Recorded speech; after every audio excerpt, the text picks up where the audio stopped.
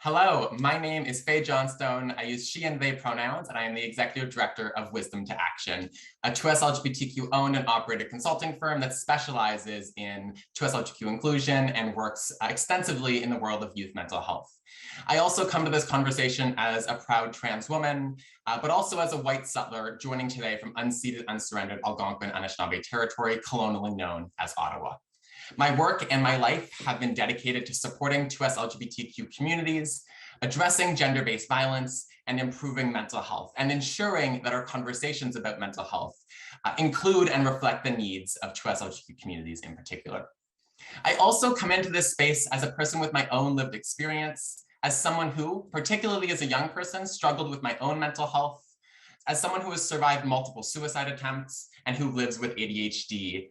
But I also come to this conversation as a person whose mental health is fundamentally shaped by my own experiences and my everyday reality as a trans woman and more generally as a trans or 2S LGBTQ person. With that in mind, I want to focus my talk on mental health when it comes to inequity and stigma. First, when it comes to stigma, I actually find myself to be quite fortunate. In most of my mental health related issues, I find that they're ones that are, while still stigmatized, are still nonetheless generally at least minimally understood and accepted.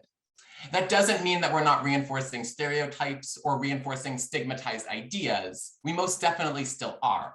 But it does mean that some of our views have shifted, that we have a bit of understanding of what the word depression means and of what depression might look like.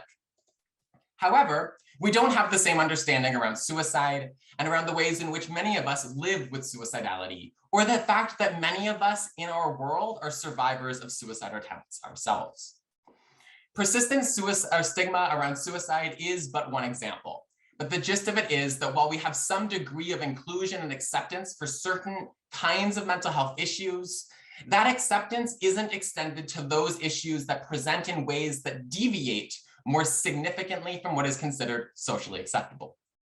We accept that some folks have anxiety, but we judge folks who have panic attacks in public spaces or whose anxiety makes it harder for them to make a phone call.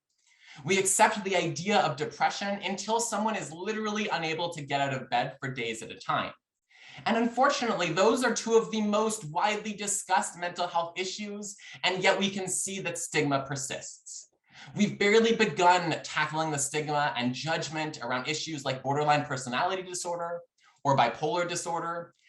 And that means that when folks are struggling with acute needs or have behavior-related impacts associated with their mental health issues, they are hugely stigmatized.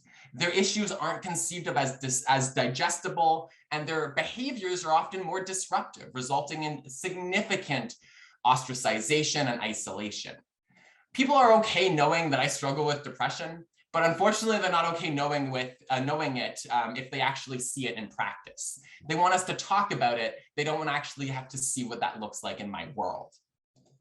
As a trans woman, I also struggle with how often our conversations about mental health are divorced from conversations about inequity and discrimination. For me, there is a direct causal relationship between my struggles with my mental health and living in a world that continues to shame, stigmatize, and enact violence against trans women and all 2S LGBTQ+ people. When I have a really bad day, it's as much about my depression as the struggle of coping with the latest man who hurls a slur in my face, or the latest group of men following me down the street, or joking about my gender, my body, and my transness. When I look at my community, I see 2S LGBTQ young folks who are struggling to survive. I see 2S LGBTQ young folks who are trying to find housing and support, who are ostracized from their families. I see a trans community that has some of the highest rates of poverty in this country, in which 84% of us avoid public space due to fears of public violence. In public policy, in our mental health advocacy, we can't divorce oppression from well-being. We need policy responses that respond to the unique realities and needs of our communities.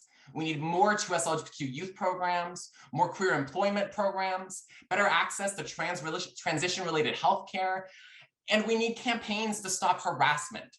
I want vibrant 2S LGBTQ community services in every city, in every region, in every community. Every year, I feel myself becoming hardened against the violence I face. I get angrier at a world that hurts and that I feel powerless to change. I don't want to become hardened. I want a world where my community doesn't have to cope with this violence.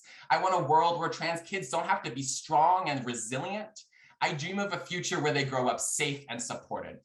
We can't talk about mental health without naming this crisis as a crisis of racism, of white supremacy, of homophobia and transphobia, of ableism and misogyny. To bring it to a close, self-care is important, but we often make mental health just about self-care. Self-care is a Band-Aid at best. Band-Aids are important, but they don't address root causes. And those causes, the causes of this crisis, are inequity, they are violence, and they are oppression.